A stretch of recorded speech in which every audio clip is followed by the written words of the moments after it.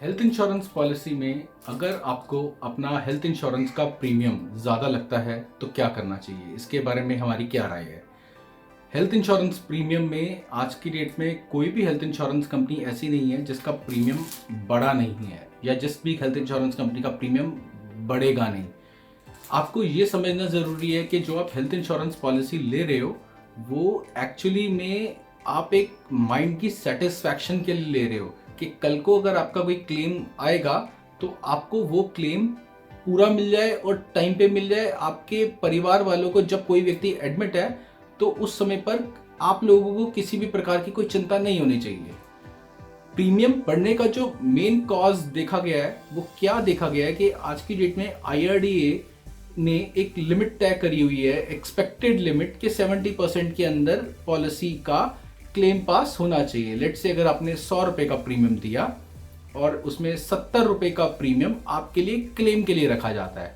अब हो क्या रहा है आज की डेट में, जब कोई व्यक्ति हॉस्पिटल में जाता है क्लेम लेने के लिए और उसे मान लो उसे सर में दर्द है और वो कहता है कि मेरे को तो एडमिट कर लो जी। अब देखना ये है कि हॉस्पिटल वाले उन्हें एडमिट करेंगे क्योंकि सामने वाला डिमांड कर रहा है उसे एडमिट करने के लिए। अगर उस व्यक्ति को हॉस्पिटल वालों ने एडमिट कर लिया और पता लगा कि ड्यूरिंग द इन्वेस्टिगेशन उसका कुछ नहीं निकला तो वो क्लेम उसका पास नहीं होगा, क्योंकि इंश्योरेंस का एक बेसिक प्रिंसिपल जो है वो ये है कि आप किसी भी ट्रीटमेंट का इलाज होता है, अगर आप एडमिट होते हो इमरजेंसी में तो उस ट्रीटमेंट के इलाज के ऊपर हॉस्पिटल वाले को इंश्योरेंस कंपनी क्लेम देती है। लेकिन पेशेंट्स कुछ लोग ऐसे होते हैं जो सोचते हैं कि हम OPD का काम IPD में रह के कर लें, भर्ती होके क्लेम ले लें। तो अगर वो टेंडेंसी अगर किसी क्लाइंट की होती है तो उसका तो क्लेम पास नहीं होता। दूसरा, बहुत सारे केसेस में ऐसा भी देखा गया है कि आज की डेट में हॉस्पिटल्स जो है इंश्योरेंस कंपनी के साथ नेगोशिएशंस करने के लिए तैयार नहीं है। वो क्या चाहते हैं कि अगर कोई व्यक्ति आ रहा है तो उसको 2 लाख 4 लाख का बिल बनाए, क्योंकि हर इंडस्ट्री की ये कमाई का सोर्स है। उनके लिए, हॉस्पिटल वालों के लिए एक बिजनेस है। अगर कोई व्यक्ति एडमिट होगा बुखार के लिए भी, अगर वो 2-4 लाख रुपए का क्लेम बनाएंगे तो उनकी हॉस्पिटल वालों की कमाई होगी। अब समझने वाली बात यह है कि अगर इंश्योरेंस कंपनी ने आपकी पॉलिसी करी है तो आपको तो इंश्योरेंस कंपनी क्लेम देगी ही देगी। तो आपका क्लेम पास हुआ, अब वो 70 की जो लिमिट डिसाइड हुई है कि हमें 70 रुपए में इंश्योरेंस कंपनी को क्लेम पास करना है और वो लिमिट बढ़ के हो गई है 150। अगर वो 150 लिमिट बढ़ती चली जाएगी, किसी इंश्योरेंस कंपनी की 160, किसी की 150, किसी की 170, तो अगर ये लिमिट ऐसी बढ़ती चली जाएगी तो इंश्योरेंस कंपनियों को पैसा तो क्लाइंट से ही लेना पड़ेगा ना। अपने खर्चे उसे 30% में वैसे ही पूरे नहीं हो रहे, क्योंकि एम्प्लॉय कॉस्ट, बिजनेस सोर्स करना, क्लाइंट को सर्विस देना, लॉट ऑफ ऐसे ऐसे एक्सपेंसेस हैं जो कि उस 30% में हो ही नहीं सकते।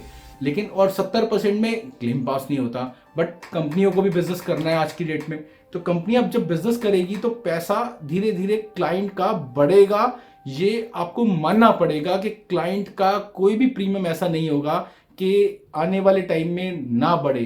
हेल्थ इंश्योरेंस की बाकी चीज़ों की तरह, बाकी इंडस्ट्रीज की तरह हेल्थ इंश्योरेंस कॉस्ट भी महंगी होगी और वो पैसा सारा का सारा क्लाइंट की जेब से ही निकलेगा। अब क्लाइंट की जेब से निकलेगा तो क्लाइंट के पास रिन्यूअल पे 2 ऑप्शन बनते हैं। पहला ऑप्शन क्या बनता है क्लाइंट के पास, कि वो उसी पॉलिसी को रिन्यू कर ले। सेकंड बनता है कि वो एक मतलब कुछ लोग मार्केट में अट्रैक्ट करते हैं कि आप हमारे से पोर्ट कर लीजिए और इस पोर्टेबिलिटी पे हम आपको ये दे देंगे, वो दे देंगे, एक्स अमाउंट ऑफ कमीशन। तो अगर वो कमीशन के थोड़े बहुत लालच में अगर क्लाइंट अपनी पॉलिसी को पोर्ट करता है, पोर्ट करने का प्रिंसिपल क्या है कि आपको उससे ज़्यादा बेनिफिट मिलने चाहिए, आपकी कॉन्टिन्यूटी पूरी होनी चाहिए। आप नई इंश्योरेंस कंपनी में जा रहे हो तो आपके हेल्थ इंश्योरेंस के जितने भी क्वेश्चन हैं वो सारे सही से फिल होने चाहिए। अब क्या होता है कि देखा क्या गया है, जो मैंने कई समय से एनालाइज किया है, कि कुछ क्लाइंट पैसों के लालच के अंदर कि उसे इतना पैसा बच रहा है या इतना पैसा आज मिल रहा है, वो अपनी हेल्थ इंश्योरेंस पॉलिसी को पोर्ट करा के दूसरी इंश्योरेंस कंपनी में ले जाते हैं। अब वो ये तो नहीं देखते कि आप किसी और इंश्योरेंस कंपनी में जा रहे हो तो उस इंश्योरेंस कंपनी के लिए आप एक नए क्लाइंट हो, लेकिन 1 साल बाद आप उसके लिए भी वो क्लाइंट रिन्यूअल का हो जाओगे। आज आपको वो नए क्लाइंट बनाने के लिए आपको हेल्थ इंश्योरेंस के अंदर पैसा मिल जाएगा, लेकिन आप जब अगले साल रिन्यूअल पे जाओगे तो फिर आपको कुछ नहीं मिलेगा, कॉस्ट फिर रिन्यूअल की बढ़ेगी। अगर आप ये सारी चीजें को समझो कि आपको एक छोटे से लालच के अंदर कहीं ना कहीं वो क्लाइंट फंस जाता है और उस एजेंट को भी ये चाहिए होता है कि मैं इस क्लाइंट को किसी ना किसी तरीके से अट्रैक्ट कर दूं। कई बार ऐसा होता है कि क्लाइंट अट्रैक्ट होना चाहता है, इसीलिए वो चीजें भी छुपाने के लिए अपने मेडिकल क्वेश्चनेयर्स के लिए रेडी हो जाता है, जो कि सबसे गलत है। आपको अगर आप डिस्काउंट के लिए पॉलिसी नहीं ले रहे हैं, आप कमीशन के लिए या थोड़े पैसे बचाने के लिए हेल्थ इंश्योरेंस पॉलिसी नहीं ले रहे हैं, आप जो हेल्थ इंश्योरेंस पॉलिसी ले रहे हैं वो अपने दिमाग की शांति के लिए ले रहे हैं कि अगर आपका जिंदगी में कभी कोई क्लेम आए या आप मेन मेंबर भी अगर फ्यूचर में कभी एडमिट हो, तो आपके परिवार वालों को, वाइफ को, बच्चों को आपके क्लेम के लिए या आपको अपने वाइफ और बच्चों के क्लेम के लिए कभी किसी प्रकार की कोई दिक्कत नहीं होनी चाहिए। उनका क्लेम कैशलेस के लिए आए, वो तुरंत क्लियर हो जाए। अब अगर कोई भी इंश्योरेंस कंपनी आपको कम पैसों में प्रीमियम देगी, तो आप ये समझो कि आपकी सर्विसेज के साथ कितनी नेगोशिएशंस हो रही हैं।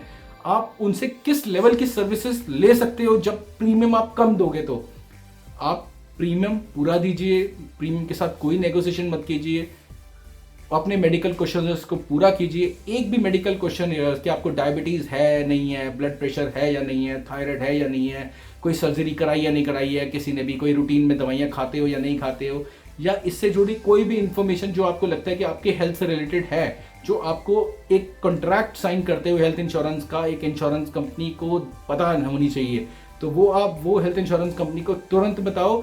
उस कंपनी के ऊपर छोड़ दो कि वो आपकी पॉलिसी करेगी या नहीं करेगी। अगर वो आज पॉलिसी नहीं करेगी तो आप परेशान मत हो, बहुत सारी इंश्योरेंस कंपनी आप उस समय अप्लाई करो, कहीं ना कहीं किसी ना किसी तरीके से आपकी पॉलिसी हो सकती है। लेकिन अपने मेडिकल डिस्क्लोजर को छुपा के अगर आपने आज पॉलिसी ले ली और कल 3 साल बाद, 6 साल बाद, 10 साल बाद भी कोई क्लेम आता है, तो वो झूठ बोलने के चक्कर में उस समय का झूठ अगर उस समय पकड़ा जाएगा और उस समय आपका पूरी पॉलिसी कैंसिल हो जाएगी, तो आपको वो दुख ज्यादा होगा।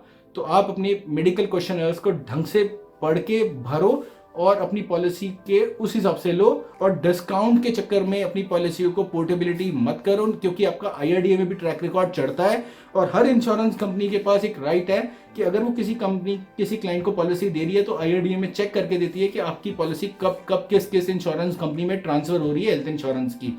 और अगर ये पता लगता है कि आपका मोटो बार बार इधर उधर भागना है, तो आपका ट्रैक रिकॉर्ड जिस इंश्योरेंस कंपनी में जा रही हो उसके अंदर भी खराब होगा, क्योंकि वो आपके इंटेंट को पहचानती है इंश्योरेंस कंपनी कि ये बंदा क्यों ले रहा है पॉलिसी और किस पर्पस से इधर उधर बार बार घूम रहा है।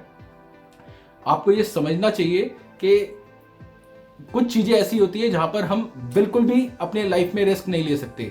आप हेल्थ इंश्योरेंस पॉलिसी नहीं लोगे, वो आपको गवारा होगा, लेकिन लेने के बाद जब आपका क्लेम अटकेगा और आप इधर उधर भागोगे और कहीं से भी आपको कोई सर्विस नहीं मिलेगी, क्योंकि आपने अपने मेडिकल डिस्क्लोजर छुपाए, अपने सच्चाइयों को इंश्योरेंस कंपनी से छुपाया और पॉलिसी रिजेक्ट हो गई और आपको कोई पैसा वापस नहीं मिला। अगर आपकी ऐसी कोई स्टेट आएगी तो उसके जिम्मेवार आप खुद होंगे, क्योंकि इंश्योरेंस कंपनी आपको पूरा कॉन्ट्रैक्ट बिल्कुल क्लियर बताती है कि हम ये चीजों का क्लेम देंगे, और जब वो आपसे क्वेश्चन पूछती है तो आपका भी फर्ज यही बनता है कि अपनी चीजों को सही से बताएं। पैसों के डिस्काउंट के चक्कर में इधर उधर अपनी पॉलिसी को लेके जाओगे तो वो पॉलिसी आज भी खराब होने के 100% चांसेस बन जाते हैं और कल और ज्यादा बन जाते हैं। तो मेरी आपसे रिक्वेस्ट है कि अपने आज के थोड़े पैसे को बचाने के चक्कर में पॉलिसी को इधर उधर मत घुमाओ, और आप ये समझो कि आप अगर हेल्थ इंश्योरेंस पॉलिसी अगर आज ले रहे हो तो हर इंश्योरेंस कंपनी का प्रीमियम बढ़ेगा, क्योंकि उन्होंने आपको सर्विस देनी है। मेरी आपसे रिक्वेस्ट है, इस चीज को ध्यान से मानिएगा और सुनिएगा, ये आपके बहुत काम की इंफॉर्मेशन है। आपका बहुत बहुत धन्यवाद। मैं जल्दी मिलता हूं आपको नेक्स्ट वीडियो के साथ। मेरा नाम गगन अरोड़ा है और मैं ऐसी इंफॉर्मेटिव वीडियो आप लोगों के लिए लेके आता रहूंगा। Thank you so much.